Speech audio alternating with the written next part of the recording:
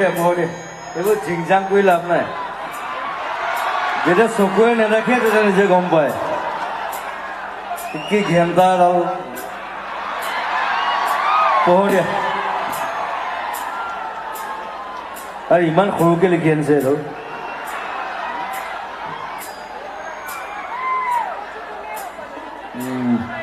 মোৰ চকুটো বেয়া হৈছে মই কি কৰিম এতিয়া সঁচা কথাটো সঁচা ন